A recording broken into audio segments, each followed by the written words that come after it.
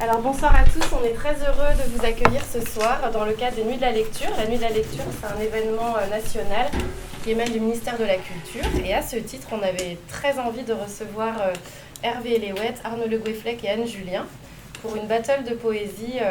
Voilà, on est très heureux qu'ils aient accepté l'invitation. Donc vous pouvez manger ce qu'il y a sur les tables et puis il y aura un petit moment où vous pourrez venir chercher au bar de quoi boire gratuitement. On vous fera signe. On vous fera signe, voilà. Parce que c'est pas n'importe quand même. Voilà, c'est très orchestré. Tout. Donc merci à tous. Tirez au cordon.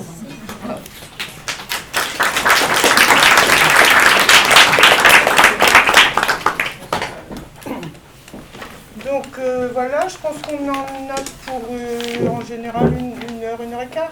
Une heure et quart, ça dépend de leur forme.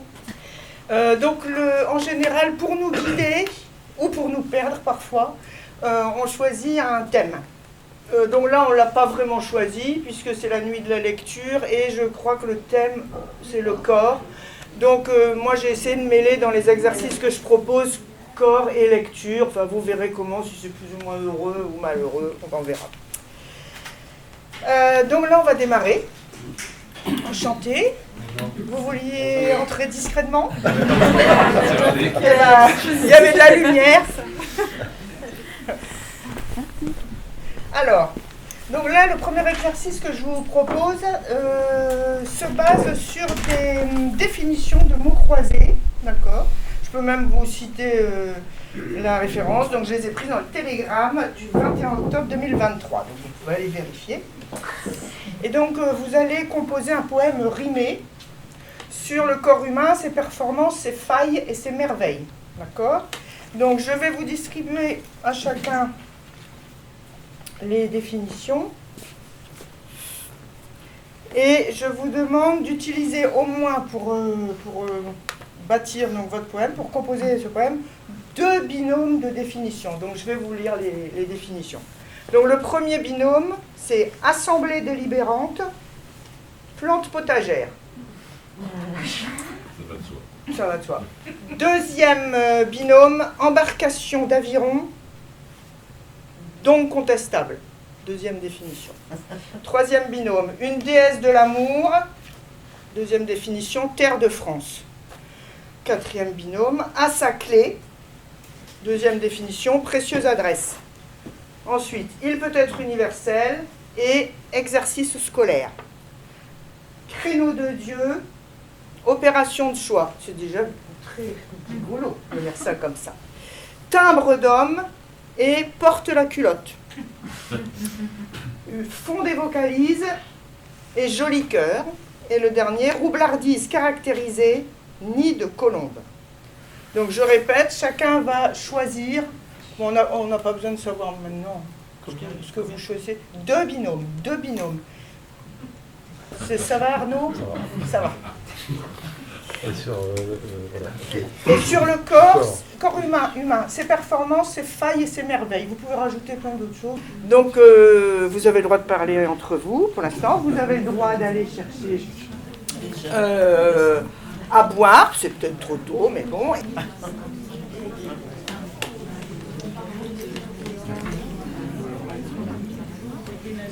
Ça peut finir des fois.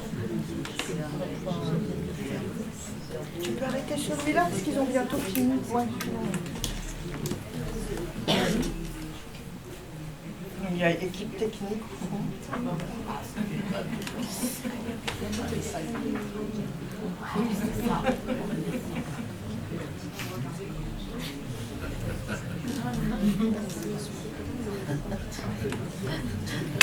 C'est bon. Non, c'est bon. Tu peux aller faire un petit footing. Ah bon, bah Hervé va démarrer. Hein. Alors donc tu nous dis bien effectivement quand même le binôme que tu as choisi. Alors les binômes que j'ai choisis sont assemblée délibérante et plante potagère, et il peut être universel et exercice scolaire. L'homme, ce Pinocchio, peut être universel. Son âme et ses biceps, exercice scolaire, de Brest à Tombouctou sont constants sous le ciel. Mais ses pieds, gras d'orteils, sont plantes potagères, d'où germera le corps, étonnante assemblée, de membres plus ou moins obstinés à leur tâche, qui n'ont qu'un seul objet et qu'un seul port d'attache, cette masse visqueuse où l'être délibère.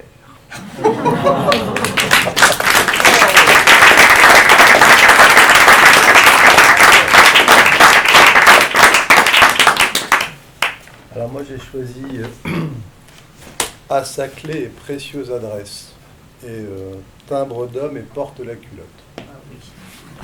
Forcément. Alors, le corps est comme un monde et il a ses merveilles. Son colosse de Rhodes et son mont Saint-Michel. Tout en haut c'est la tête et sa paire d'oreilles, et plus bas l'estomac et son intestin grêle. Car l'homme colle un timbre à sa propre enveloppe, il l'envoie comme Ulysse à la Miss Pénélope. Qui sait qui a la clé et quelle est son adresse? Faut trouver la serrure et ce n'est pas la fesse. Est-ce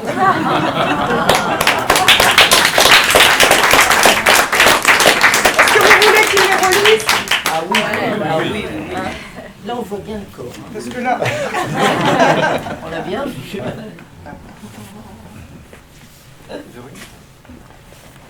L'homme, ce Pinocchio, peut être universel. Son âme et ses biceps, exercice scolaire, de Brest à Tombouctou, sont constants sous le ciel. Mais ses pieds, gras d'orteils, sont plantes potagères, d'où germera le corps, étonnante assemblée, de membres plus ou moins obstinés à leur tâche, qui n'ont qu'un seul objet et qu'un seul port d'attache, cette masse visqueuse où l'être délibère.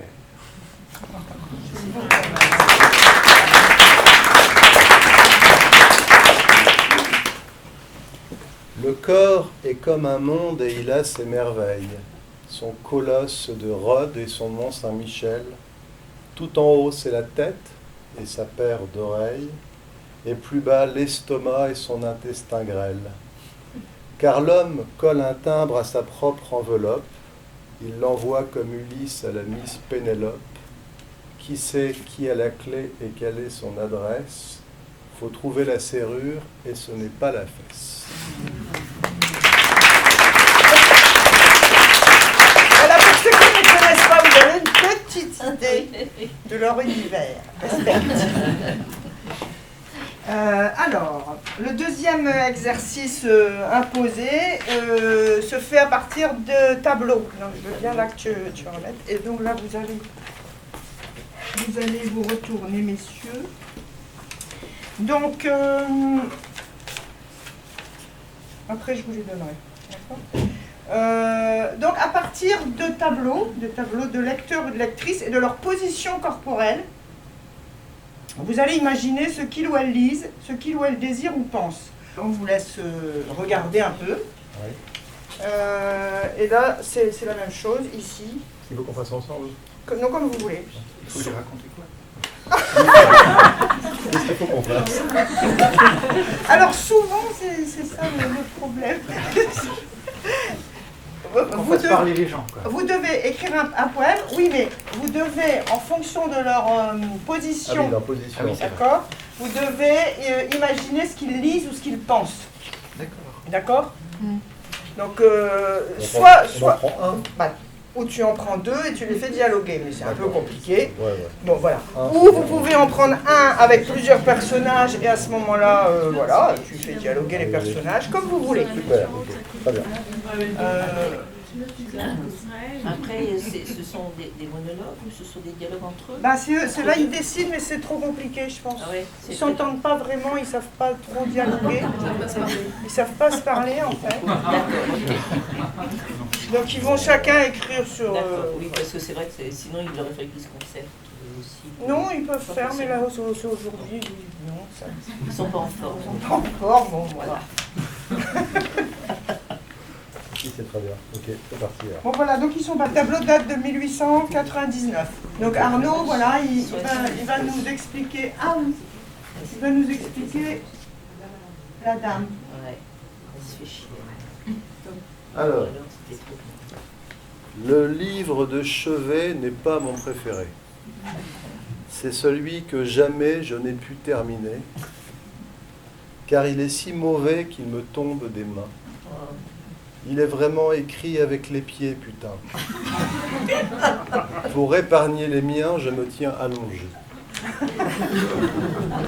Ça va là-bas, vous l'entendez?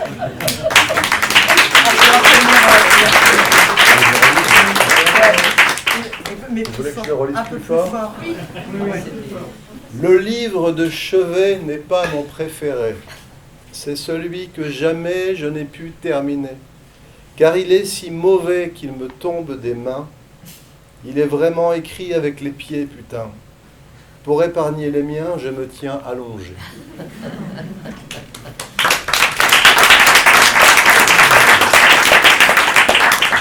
Et donc tu...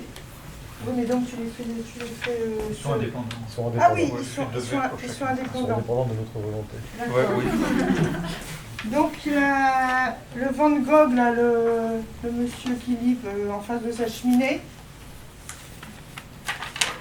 Et autrement, donc, il y a les... Non, celui-là, voilà. Oui, c'est Van Gogh, ouais. Ouais. Alors, 1881. C'est un dessin, en fait. Enfin, bon. Et donc, autrement... Donc, tu fais celui-là en premier? Oh oui, Ils sont indépendants, quoi. Oui. D'accord. Bon, on verra le deuxième choisi après. Alors. Il faut se réchauffer pour connaître la fin, ce qui implique, hélas, de brûler le tome 1.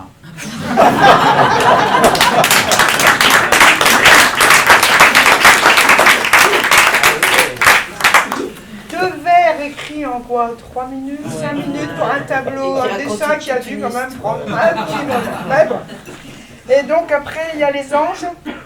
Donc le peintre il s'appelle Campin et c'est du 15e siècle. C'est celui-là. Bon là, je ne sais pas ce qu'il nous a fait, parce que là, à mon avis, ça a dû... C'est que en plus un détail d'un tableau, celui-là. Oui, alors juste mis, le soir est délicat et l'ange est ostensible auprès de cet enfant qui ne lit pas la Bible.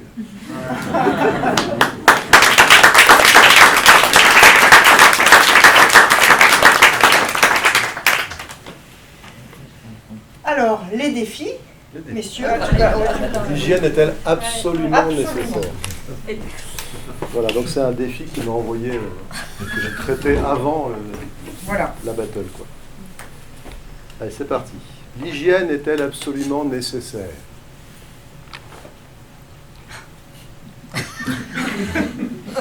Comme dans les séries à la télévision, notre vie, elle aussi, est ponctuée d'épisodes.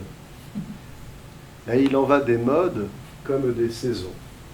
Chacune s'emboîte au train de chacune, montrant tour à tour sa face éblouie, puis sa fesse d'ombre, comme fait la lune, prise dans la roue du cycle infini. Ainsi va la vie qui toujours déplie son accordéon, comme on tire un fil qui fait l'horizon, pour le replier et reprendre souffle, l'été les doigts nus, l'hiver sous les moufles, qu'importe comment, plions, replions, rien n'est absolu, tout est relatif, le gangster demain deviendra shérif, tout tient au hasard au gré des solos, et qui croule à présent sous les superlatifs, demain sera jeté comme un préservatif. Ainsi de l'hygiène. Plutôt à la mode à la fin du siècle.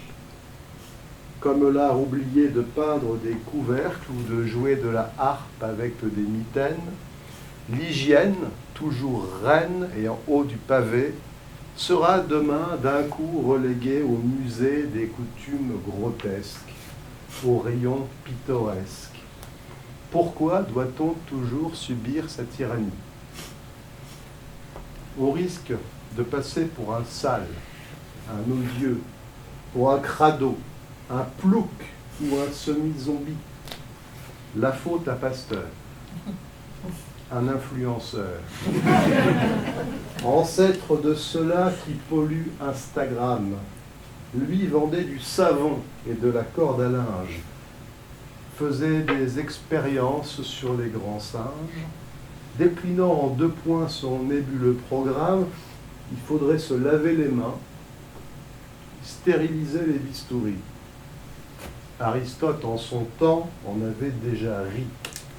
C'est pas au lavabo qu'on défie le destin, crétin. Te crois pas si malin. Pasteur aurait rêvé d'être garde-barrière. Montre-moi donc ta main si elle a tous ses doigts, si ceci sente bon, si cela le caca, c'est bon, vous pouvez passer. C'est les gestes barrières qui nous ont tant coûté dans les années Covid. À force de frotter comme des hystériques à la potion magique, à l'hydroalcoolique, nos doigts ont tout maigri et pris teinte livide. On dirait des saucisses de Strasbourg, façon boudin blanc, propre, aveugle et gourd, quenelle de chair en gelée, en flanc. Oui, les voilà nos doigts pelés comme des œufs, nettoyés jusqu'à l'os comme autant de sous-neuf. L'hygiène a prétention, en proportion cosmique, à devenir la norme. Elle est pourtant toxique. C'est un fait. Si l'hygiène servait bon Dieu, ça se saurait. L'hygiène nous condamne à grelotter sans fin, sous l'effet du savon refroidi sur les mains. Au prétexte de nous guérir, elle nous affaiblit. Elle est notre ennemie. Car si l'on est malade, ne nous fatiguons pas à bouffer des salades. Le remède est ancien et il est bien connu. Les anciens l'avaient dit, c'était un fait acquis. Langue de chien, langue de médecin. On opérait les gens avec des bistouris au préalable enduit de bave de caniche. On stockait le matos tout au fond de la niche. Et l'on mourait alors aussi bien qu'aujourd'hui. Pas la peine de se crêper les bigoudis. L'hygiène n'était rien, pas même une promesse. On se lavait jamais, ni la joue, ni la fesse. Et l'on sentait rugueux. On sentait la nature. On se lavait les dents comme on se les rature, avec un peu de charbon. On se talquait les selles avec du gras de cochon. On était bien. C'était très sain. À force, sur la peau se déposait un filtre.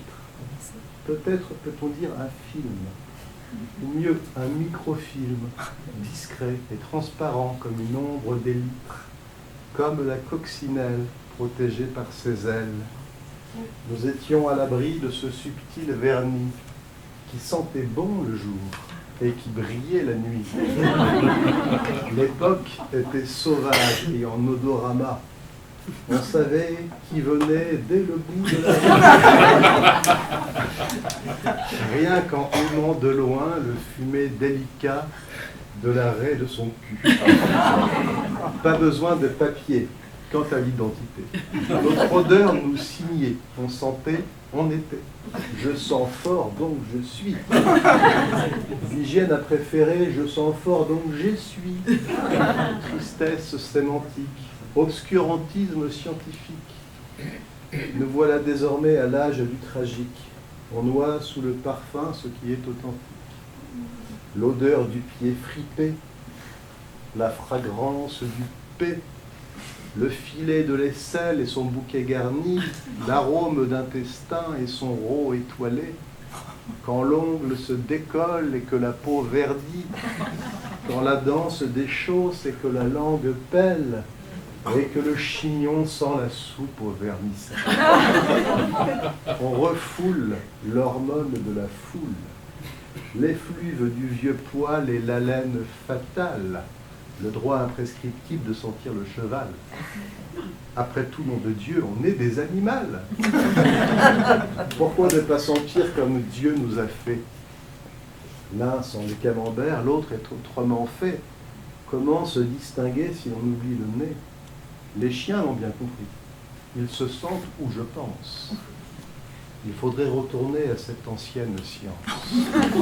Ah bonjour, monsieur le directeur, je me présente. La sonnette a son nom et la boîte a sa fente. C'est ainsi, après tout, qu'est guidé le facteur. Chacun a son ramage et aussi son plumage, à chacun son fromage. Plutôt que de blairer toujours certains savons, sentons comme ça vient. Chacun à sa façon, à chacun son parfum, à chacun son graillon. Le refus de l'hygiène a déjà ses pionniers. Eliot et moi-même n'avons jamais écrit sur papier parfumé nos beaux poèmes. Nous les avons gravés au burin, au fusain, sur des papiers graisseux ou sur des essuie-mains, et sans jamais nous appliquer, et même pire, sans jamais nous relire.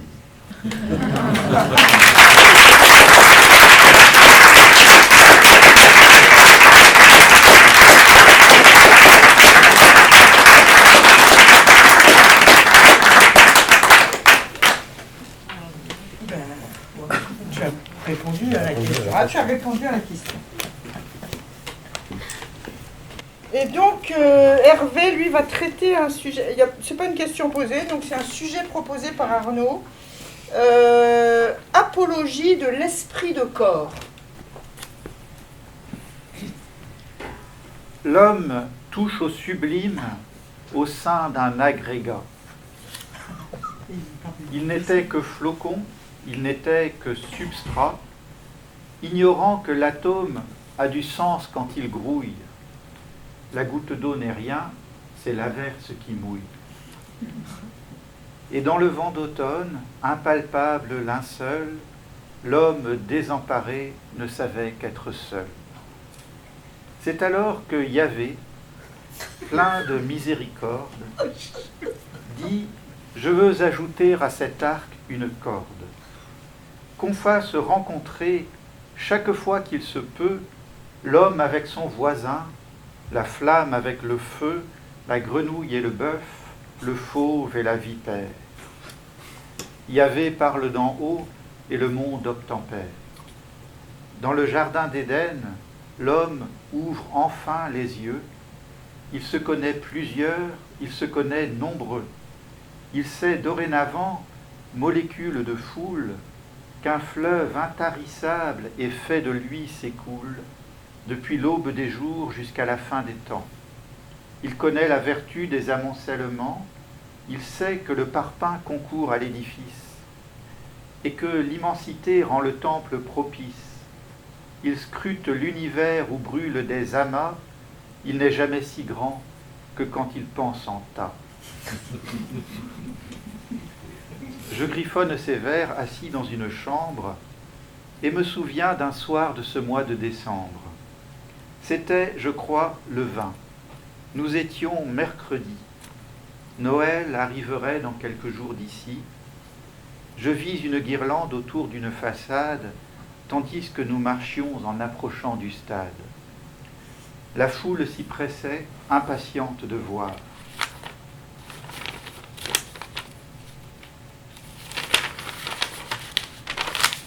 Lorient venait jouer, Brest allait recevoir. Chacun se sentait prêt, la fièvre était commune. En bas de l'escalier qui mène à la tribune, on nous avait offert un bonnet à pompons, un bonnet rouge et blanc, dont je ceignis mon front avec la majesté de l'empereur Auguste qui commandait à Rome et qui dressait le buste.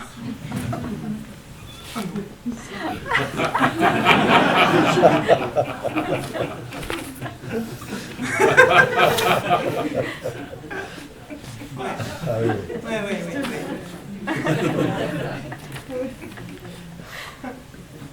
Nous étions 15 000 assis sur les gradins.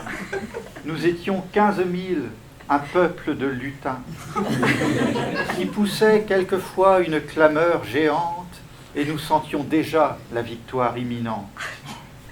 Derrière l'un des buts, le cop des supporters encourageait l'équipe en entonnant des airs, et c'était merveilleux, je crois, de les entendre. À m'en ressouvenir, je me sens le cœur fendre. Il s'en faudrait de peu que dans mon œil perlât une larme discrète et qu'elle ne coulât tout le long de ma joue en traçant un sillon.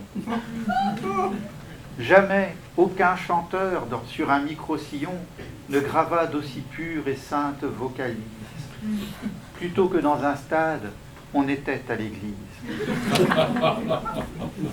Un chœur d'anges disait ce cantique païen sous le ciel de décembre. On sait que Dieu n'est rien, sinon de chaque instant l'expression fugitive. Le soleil est muet, son éclat nous ravive, toute chose ici-bas est le fruit du hasard, la nature est un temple où se taire est un art. Or, élevant la voix, le supporter stipule, c'est Brest qui va gagner et Lorient, on t'encule.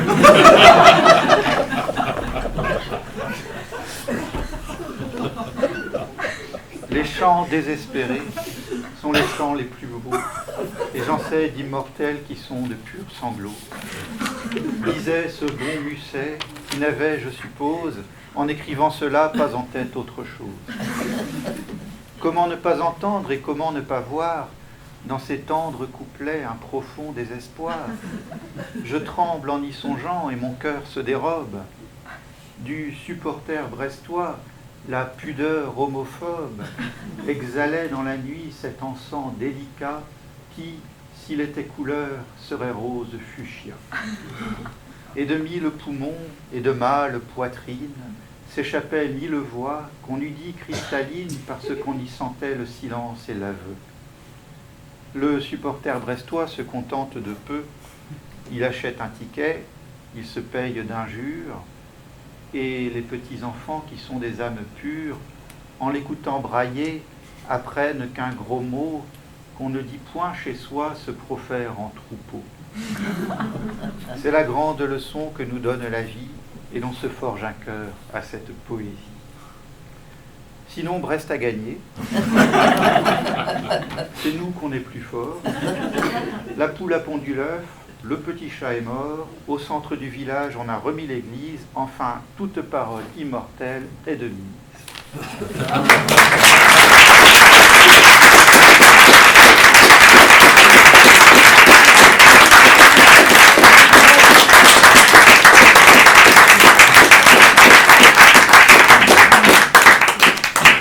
Voilà. Alors, troisième exercice imposé, donc je vais lancer un détournement. Donc vous connaissez peut-être les conseils d'une grande marque de magasins de sport, répondant à la question pourquoi faire du sport. Donc les réponses sont les bénéfices du sport sur le cœur, les bénéfices du sport sur nos poumons, les bénéfices du sport sur nos articulations, le sport pour lutter contre le stress, les bénéfices du sport sur le cerveau et les bénéfices du sport sur l'esprit. Donc vous présenterez un plaidoyer pour la lecture et pas pour le sport, donc en 3 strophes rimées.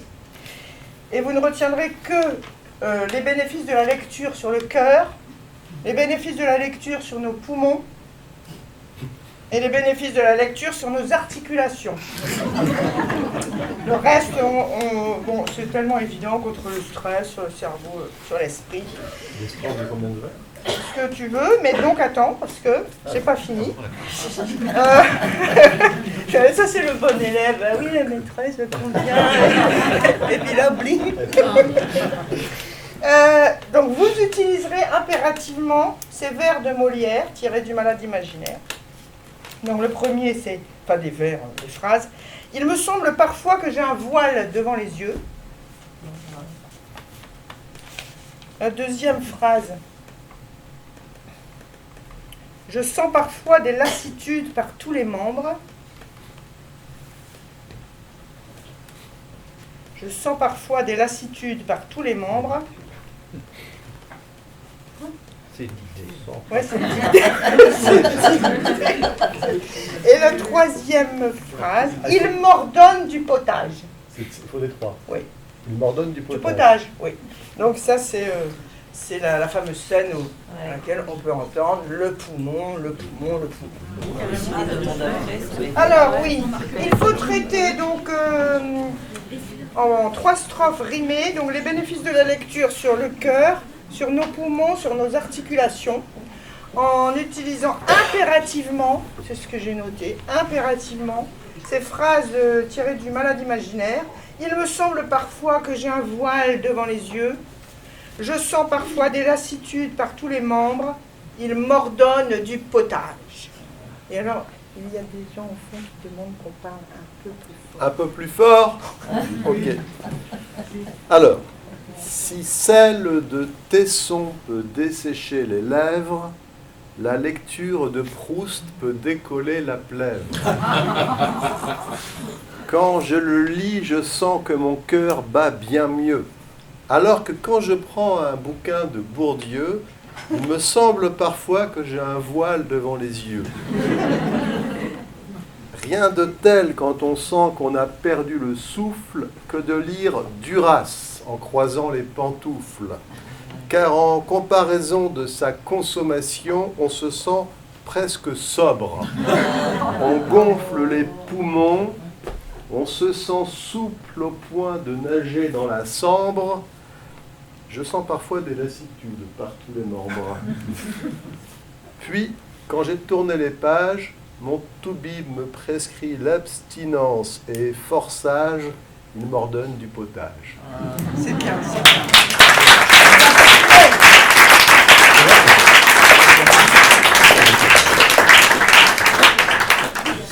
Picolait beaucoup quand Elle même. picolait beaucoup. Elle a écrit des belles pages là-dessus, par exemple. Elle est formidable. Mais Elle est bon, formidable. On peut pas nier que sa consommation. Ah, on peut pas nier. C'est un fait objectif. D'ailleurs, elle-même ne niait pas. Ah non, il n'y a pas le temps d'ailleurs. Pas du tout. Bon, Hervé. Bon, alors pour les citations obligatoires, j'ai fait un peu simple. J'ai fait comme si c'était des refrains, enfin des... Non, des messages de prévention. De publicité. Par exemple, il me semble parfois que j'ai un voile devant les yeux, point d'interrogation. Puis on donne la réponse. D'accord. Tu fais comme tu veux, Hervé. Je suis allé dans la facilité, quoi. Ouais. Comme si c'était des messages de prévention de l'assurance santé. Oui, d'accord. Il me semble parfois que j'ai un voile devant les yeux.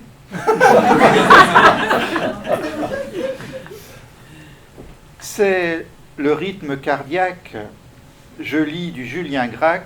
Au niveau palpitant, c'est un médicament. Je sens parfois des lassitudes par tous les membres. Si parfois j'expectore et souffle avec effort, j'apprends l'anglais pour tous et c'est Shakespeare qui tousse.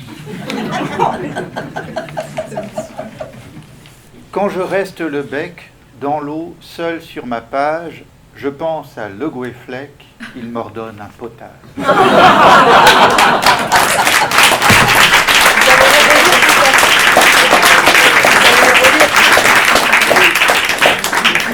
Oui.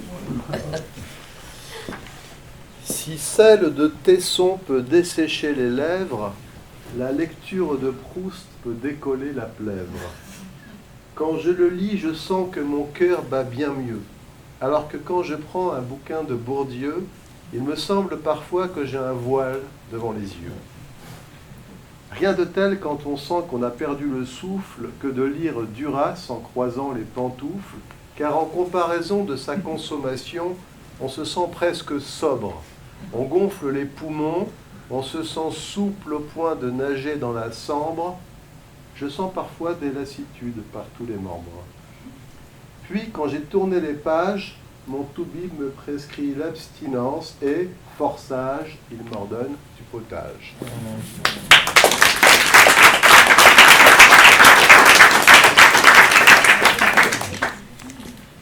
Il me semble parfois que j'ai un voile devant les yeux. C'est le rythme cardiaque. Je lis du Julien Gracq. Au niveau palpitant, c'est un médicament. Je sens parfois des lassitudes par tous les membres. Si parfois j'expectore et souffle avec effort, j'apprends l'anglais pour tous et c'est Shakespeare qui tousse. Quand je reste le bec dans l'eau seul sur ma page, je pense à Le Goueflec, il m'ordonne un potage.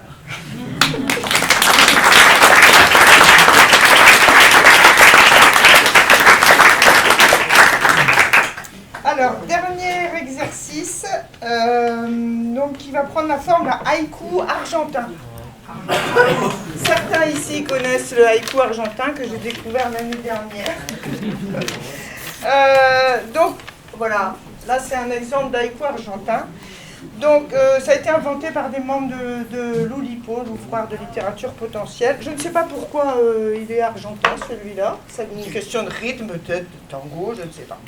Donc, il doit comporter 3 vers de 5, 7 et 5 mots. Et sur un thème... Voilà. Donc, le thème que j'ai choisi ce soir, c'est le tatouage, puisque ça allie la lecture et le corps, enfin l'écriture et le corps. Et donc, ce mot tatouage, il ne devra jamais être prononcé dans le haïku, mais on va le retrouver découpé, comme collier ici. Donc, le haïku doit traiter le thème du tatouage, sans le dire, sauf de cette manière-là. Donc, je ne leur explique pas plus, parce que la première fois, ça a été long de leur expliquer, mais là, maintenant, ils connaissent. Ça m'explique quand même ce que c'est le tatouage. Tu dis que c'est le tatouage. C'est le thème, le Il faut juste le mot où on en parle. Comme tu veux, c'est comme ici, collier. Oui. Le haïku traite du thème du tatouage, mais ne le dit pas de façon claire. Donc voilà. Alors cette façon-là de découper un mot, là c'est la minute savante, attention, quand même. On appelle ça des mésostiches. Parce que donc les acrostiches, c'est des poèmes qui démarrent. Voilà, qui démarrent par des lettres qui verticalement créent un mot. Et donc là, ce sont des mésostiches, c'est-à-dire que vous trouvez le mot à l'intérieur.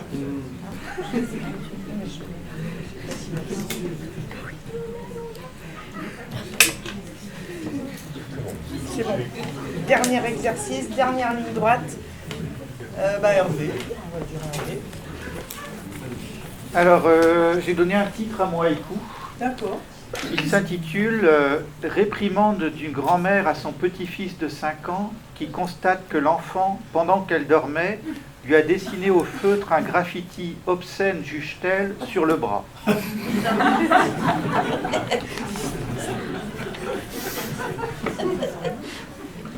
Ta, tu n'es pas gentil du tout, quand même, à ton âge. Moi, je peux vérifier quand même. Ta, oui. 5 pieds. Non, mais ta, ok, ta. Tu n'es pas gentil du tout, À tout, oui. quand même, à ton âge. D'accord.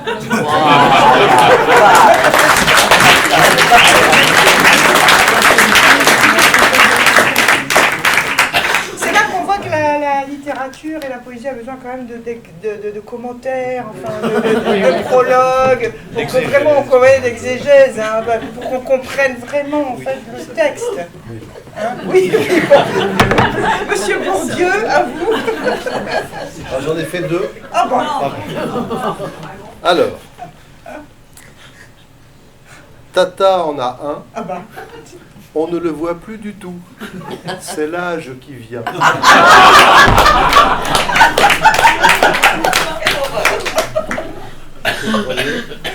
Et le deuxième, Je crains. mon nom sur ta fesse. Voilà. Je te quitte, un point c'est tout. Efface au cirage. Ah, c'est ta fesse. Toi, oui. Mon nom sur ta fesse. Je te quitte, un point c'est tout. Efface au cirage.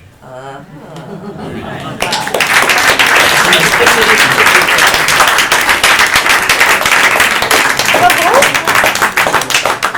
Merci beaucoup pour toutes ces inventions et ces réflexions profondes sur le corps et la lecture. Donc, je dois décider qui est gagnant.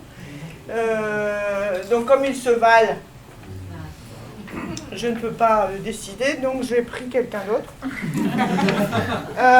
Donc c'est une poète et plasticienne qui s'appelait Ethel Adnan. Elle est décédée en 2021, elle était née en 1925, et c'est une femme qui se présentait comme syro-franco-américano-libanaise.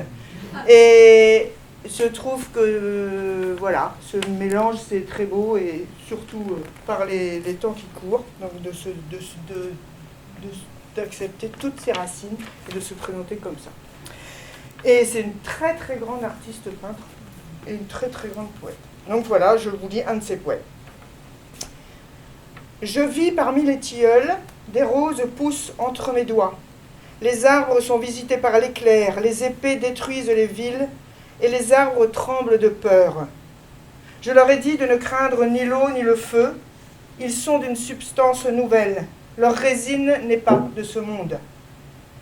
Si vous voyez des lacs ou des torrents glacés à leurs pieds, dites-vous que ce sont des miroirs où nos âmes sont prises. Voilà.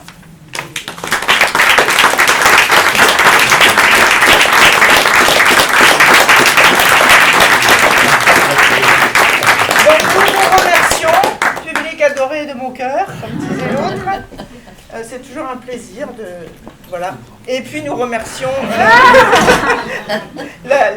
l'équipe de la médiathèque de nous avoir